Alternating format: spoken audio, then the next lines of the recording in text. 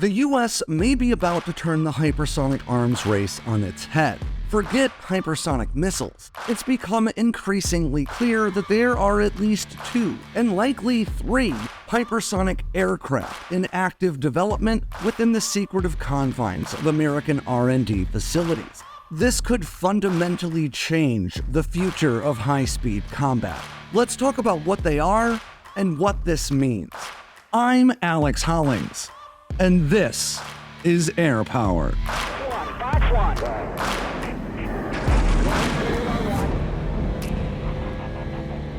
I want to start by apologizing for not posting a video last week. I took some time off for the first time in literally years, and it was everything I dreamt it could be. I even got this giant stack of new books. I mean, they're not all new. Some of them are really cool old books that have been out of print for a while. Because my wife and my boss and everyone at Sandboxx in general just all understood that the best thing you could give a nerd like me is a big pile of books and a neat new F-35 model. And I love that this F-35 model came in a box covered in Chinese writing because people in the comments always like to give me a hard time for discussing publicly available information like I'm revealing secrets to China. I don't think they're getting any surprises from me. But now let's get down to business, because the idea of a reusable hypersonic aircraft has been around for a long time. In fact, you might be surprised to know the US actually had a crewed or manned hypersonic bomber in active development before the Soviets even put Sputnik into orbit. Back in 1957, Boeing, aided admittedly by German engineers that arrived in the US thanks to Operation Paperclip, began development on a hypersonic bomber that we'd come to know as the X-20 Dinosaur. The aircraft would launch atop a rocket before separating from the booster and using its lifting body shape to bounce along the Earth's atmosphere, covering huge distances at speeds in excess of Mach 18. Though, to be clear here, using Mach numbers to measure exo-atmospheric speeds isn't really appropriate, but we'll stick with it for simplicity's sake. At right around this same time, North American's X-15, which was a manned, rocket-powered hypersonic aircraft, was also just beginning testing. It made its first unpowered flight in 1959. By 1960, the Air Force was choosing pilots for its new space bomber, and among the first crop of selections was a then 30-year-old Navy test pilot and aeronautical engineer with a name you might recognize, Neil Armstrong. Armstrong was already in high demand, and he'd go on to pilot the X-15 himself in April of 1962 before leaving the X-20 program altogether in favor of even higher speeds and altitudes with the still pretty new NASA. He was then assigned command of the Gemini 8 mission set to launch about 4 years later, and 3 years after that he had a little indie project you might have heard of where he and his buddy Buzz landed on the moon. Once built, the X-20 Dinosaur's first mock-up measured 35.5 feet long with a 20.4-foot wingspan, and as forward-leaning as the program may have seemed, it was considered to be entirely feasible with the technology of the day, but at a significant cost. And it was really that cost, rather than technological limitations, that would ultimately lead to the dinosaur going extinct. I'll quote Dr. Richard Hallion, who is a former Air Force chief historian. If we had pursued it as a Black World program like the U-2, it might have gone ahead. I never saw any technical issue that would have been a showstopper. Ultimately, this high-profile program was shelved on December 10th of 1963 in favor of diverting more funding towards Armstrong's new gig and the NASA's Gemini program. This wasn't the last time the concept of a hypersonic aircraft would pop up. In the 70s, there was Lockheed's L-301 program as one example. But in the era of intercontinental ballistic missiles, there just didn't seem to be a pressing need for them, and budgets eventually dried up. Now, I don't just tell you this story because it's interesting. I also tell you because despite the X-20 program predating modern hypersonic weapons by a good half-century or so, they actually share a number of things in common. The X-20's operation, being carried aloft by a rocket before descending unpowered back towards Earth at hypersonic speeds, could be seen as a combination of the boost glide weapons Russia and China have in service and the fractional orbital bombardment system that China tested in 2021 and Russia operated during the Cold War. And much like the X-20, the most significant limitation these modern hypersonic systems face isn't really the massive engineering hurdles inherent to high Mach flight. but rather the huge costs associated with overcoming them. The US recently assessed that its hypersonic missiles in development might cost as much as $106 million apiece. That means one Mach 5 plus missile, a weapon that can only be used one time, could ring in at millions of dollars more than a brand new F-35A. That kind of cost just really limits the potential uses for these systems, and it explains why the hypersonics fielded by Russia and China to date all fall into the category of deterrent weapons. Deterrent weapons, which include systems like nuclear ICBMs, are really used as a looming threat. Their value isn't so much in their use as in the threat of their use. Russia's hypersonic avant-garde is meant to assure the nation can reach American soil with nuclear warheads regardless of America's air defense capabilities. China's DF-ZF is meant specifically to threaten American multi-billion-dollar aircraft carriers in the Pacific. Using either weapon would invariably mean large-scale war, and as such, they're meant to serve as each respective nation's big stick during diplomatic negotiation. The TLDR here is that the huge costs associated with single-use hypersonics just makes them impractical for the vast majority of combat operations. But a reusable hypersonic platform that could deliver low-cost munitions at the same rate of speed, now that could dramatically shift that cost-value proposition. Today, there are 2 publicly disclosed hypersonic aircraft programs in active development that have already received DoD funding, as well as a third that hasn't been confirmed, but ironically, may actually be the most mature of the bunch. The first one we'll discuss is the Air Force Research Laboratory's Mayhem program. Now, this effort managed to fly below the public's radar for months, tucked away amid a laundry list of more than 70 hypersonic programs that are currently drawing funds from Pentagon coffers. But unlike the vast majority of these efforts, which are all aimed at fielding new high-speed missiles, the requirements for Mayhem suggest that it's about something far more valuable than a single-use munition. It definitely appears that Mayhem's focus is on developing the holy grail of hypersonic flight, a combined cycle turbofan scramjet propulsion system capable of propelling, quote, larger payloads for longer distances than existing systems, and all while taking off and landing like any other airplane. Now, scramjets, or supersonic ramjets, aren't exactly new technology. They've been around in testing for decades, but to date, no nation has ever managed to field an operational scramjet in a missile or an aircraft. Unlike in a turbofan engine, which uses a compressor fan to suck in and compress air at subsonic speeds, air moves through a scramjet at supersonic speeds, and that makes ignition really tough. It's been likened to keeping a match lit in a hurricane. But that's not to say that nobody's managed to make one work. Over the years, the US has had repeated successes with scramjet technology demonstrators, including NASA's X-43A, which hit Mach 9.64 in 2004, and Boeing's X-51 Wave Rider in 2013. More recently, both Raytheon and Lockheed Martin have had successful scramjet tests under DARPA's Hypersonic Air-Breathing Weapon Concept, or HAWK missile program, including one record-setting run for Lockheed that dethroned the X-51 for longest sustained scramjet-powered flight. But fielding an operational scramjet alone isn't enough to power a reusable hypersonic aircraft. Scramjets are very inefficient at lower speeds, and they straight up don't work at a stop, which means they have to rely on another method of propulsion to get them up in the air and moving fast enough to operate. This time, I'll quote a conversation I had with everyone's favorite hypersonic and aerospace engineering expert, Dr. Chris Combs, who is a D. Howard Endowed Assistant Professor at the University of Texas, San Antonio, and himself a recipient of a grant from the Air Force Office of Scientific Research.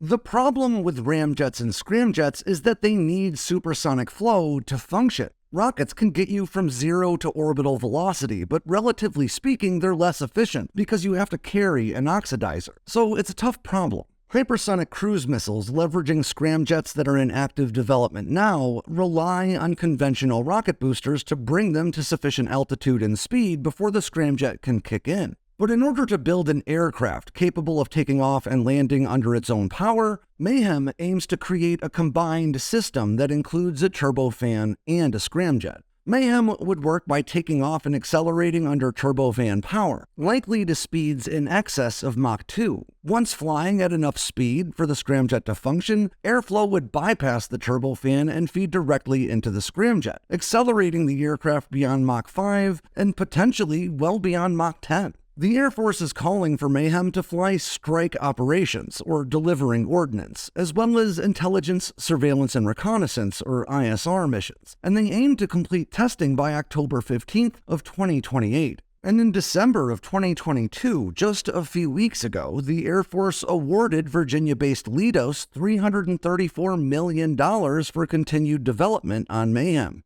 I'll quote the Air Force's contracting document. This program is focused on delivering a larger class air-breathing hypersonic system capable of executing multiple missions with a standardized payload interface, providing a significant technological advancement and future capability. The second publicly disclosed hypersonic aircraft in active development comes from Atlanta-based Hermeus, but it's not the quarter horse that you may have heard about before. Instead, it's their military-specific Dark Horse. Now, if you've been watching this channel for a while, you already know that we're no strangers to the progress Hermeus has made toward fielding not only the world's first reusable air-breathing hypersonic aircraft, but doing so at a fraction of the cost that we're accustomed to seeing in high-profile efforts like this. Hermeus has had a number of investors, but two notable ones include the U.S. Air Force, which awarded them a $60 million contract in 2021, and defense giant Raytheon, which followed suit in 2022 with an undisclosed sum of money. Now, Hermeus is keeping most of the details about Dark Horse close to the chest, but there are some assertions we can make with a great deal of certainty, thanks to their publicly released information and conversations I've had with a few members of their executive team.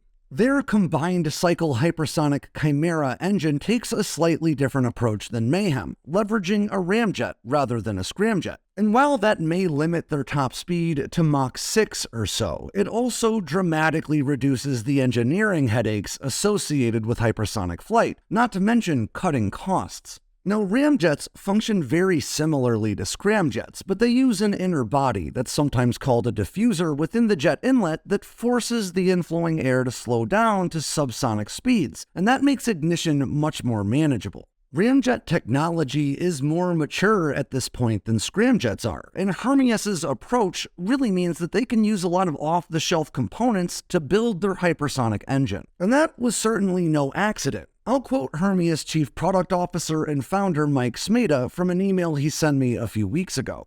One of the pillars on which we started the company was that the technology, at least at the component and subsystem level, is mature enough to build a hypersonic aircraft today. The biggest technical challenge is bringing it all together into a system that's efficient enough to accomplish useful missions. And just like Mayhem, the past few months have been an exciting time at Hermeus. In November, they successfully demonstrated their hypersonic Chimera engines transition from turbofan to ramjet power in a wind tunnel. And in December, they announced that they'll be using the Pratt & Whitney F100 turbofan as the base for their combined cycle Chimera engine in production. And airplane nerds like me out there may recognize that as the same family of engines you can find in fighters like the legendary F-15. Now, Chimera is destined for service in Hermeus's quarter horse technology demonstrator that's set to fly later this year. But Smeda tells me that they plan to field a larger and even more powerful engine for their military Dark Horse. Now, as I mentioned before, a ramjet isn't all that efficient at speeds above Mach 6, or about 4,600 miles per hour. But practically speaking, that would be plenty to defeat any modern air defense system that it might come across. And because deploying munitions at hypersonic speeds is a massive technical undertaking in itself, higher hypersonic speeds may actually limit a platform's payload options. Now, I want to be clear though, in my discussions with Hermeus, they never overtly stated plans to carry weapons in the Dark Horse, and they were also very careful not to presume the Defense Department's needs. But Shuford did indicate to me the possibility of deploying things like sensor nodes, which means carrying a payload is already very much in the cards. Hermeus intends to fully unveil their hypersonic Dark Horse in 2025. And that brings us to the third aircraft on our list, which may be the most highly classified, because while both the Air Force's Mayhem program and Hermeus's Dark Horse are secretive, they are also publicly disclosed efforts. Lockheed Martin's SR-72, however, is not. And while discussing such an aircraft may be creeping toward what-if territory, there's actually pretty good reason to suspect that there could be an operational platform tucked behind the black budget curtain. Now, we've chronicled the unusual history of the SR-72 program in another video, so I'll keep it brief here, but Lockheed Martin was very open about their efforts to field a hypersonic successor to their legendary SR-71 Blackbird all throughout the 2000s. They even launched a web page specifically for the platform in 2013. And Lockheed continued to update that webpage as the years pressed on, and by 2015, interest in the program was so high that Popular Science made it their cover story in June of that year. Then, in 2017, Aviation Week reported on eyewitness claims of an uncrewed SR-72 technology demonstrator that was spotted flying near the U.S. Air Force's Plant 42 in Palmdale, California. And once again, the airplane nerds among us may recognize that location as where you can also find the headquarters for Lockheed Martin's legendary Skunk Works. Now, of course, eyewitness reports aren't always the best evidence, but when Aviation Week reached out to Lockheed Martin's Orlando Carvalho, their executive vice president for aeronautics at the time, he practically confirmed the reports. I'll quote him here. Although I can't go into specifics, let us just say that the Skunk Works team in Palmdale, California is doubling down on our commitment to speed. Hypersonics is like stealth. It's disruptive technology, and it'll enable various platforms to operate at 2 to 3 times the speed of the Blackbird. Security classification guidance will only allow us to say the speed is greater than Mach 5. If that didn't do it for you, trust me, there's still more. Because by early 2018, Lockheed Martin officials were just openly talking about the SR-72 as though it was an existing platform that had already flown and testing. Maybe the most notable of these statements came from Lockheed Martin's Vice President of Strategy and Customer Requirements and Advanced Development Programs, Jack O'Banion, from a talk he gave at an American Institute of Aeronautics and Astronautics event in Florida. O'Banion stood in front of a render of the SR-72 and said, I quote, "Without the digital transformation, the aircraft you see there could not have been made. We couldn't have made the engine itself. It would have melted down into slag if we had tried to produce it 5 years ago. But now, we can digitally print that engine with an incredibly sophisticated cooling system integral into the material of the engine itself, and have that engine survive for multiple firings for routine operation." Now, that sure sounds like an aircraft that exists in testing, so Bloomberg's Justin Bachman pressed him a bit more, and O'Banion said, "The aircraft is also agile at hypersonic speeds, with reliable engine starts." Starting to sound a bit less like a conspiracy theory, right?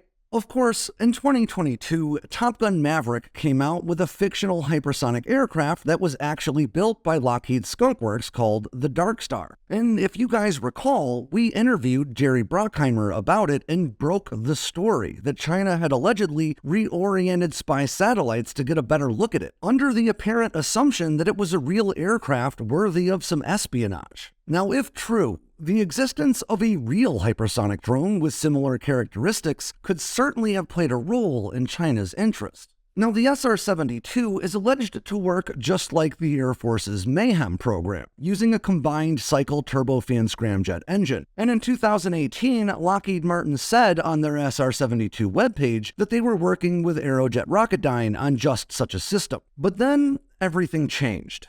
On March 1st of 2018, Russian President Vladimir Putin delivered a speech that has since been considered the onset of the modern hypersonic arms race. In the speech, Putin claimed that Russia had one hypersonic missile in service, with a second following closely behind. And while the veracity of those claims is worthy of debate, it's clear that the US took his threats seriously. And interestingly, immediately after this speech, Lockheed Martin purged their website of any and all mentions of the SR-72, plunging it back into the darker recesses of the rumor mill, just as the US began redoubling its efforts to match and exceed the hypersonic hypersonic capabilities of its foreign competitors. So, while the SR-72 may now exist as little more than rumor, this is one rumor that may just be able to break Mach 5. At the end of the day, using a hypersonic aircraft to deliver munitions would allow the US to limit pricey development on hypersonic weapons in favor of fielding high-speed aircraft that can deliver lower-cost, already existing ordnance to targets anywhere in the world with the same urgency. And while flying and maneuvering at speeds in excess of Mach 5, it could defeat even the latest integrated air defenses in the same way the SR-71 once did, by just flat-out outrunning them. But delivering ordnance isn't the only value these platforms could deliver to the US military. They could also serve as a rapid means of intelligence gathering over areas with limited satellite coverage, alongside other operations like one Hermeus' Skylar Shuford brought up about rapidly redeploying communication nodes to reconstitute networks when they're brought down by enemy activity, anywhere on the battlefield in short order. Throughout much of the 20th century, the air was ruled by hot rods that could scream across the sky at 2 or even 3 times the speed of sound. But the stealth revolution changed all that, prioritizing low observability over brute force and bringing operating speeds down. But if you ask me, it's looking increasingly like stealth will have to share the spotlight in the 21st century, as the sheer power of speed makes its triumphant comeback. And with that ends yet another edition of Air Power from Sandboxx News. I'm Alex Hollings. Make sure you swing by sandboxnews.com today and every day for all the latest in news, entertainment, and motivation from all around the force. If you got anything out of today's video, make sure to click like and subscribe down below, and leave me a comment so I know what I should cover next. And of course, don't forget to tap on that bell icon so you never miss a drop from Sandboxx News.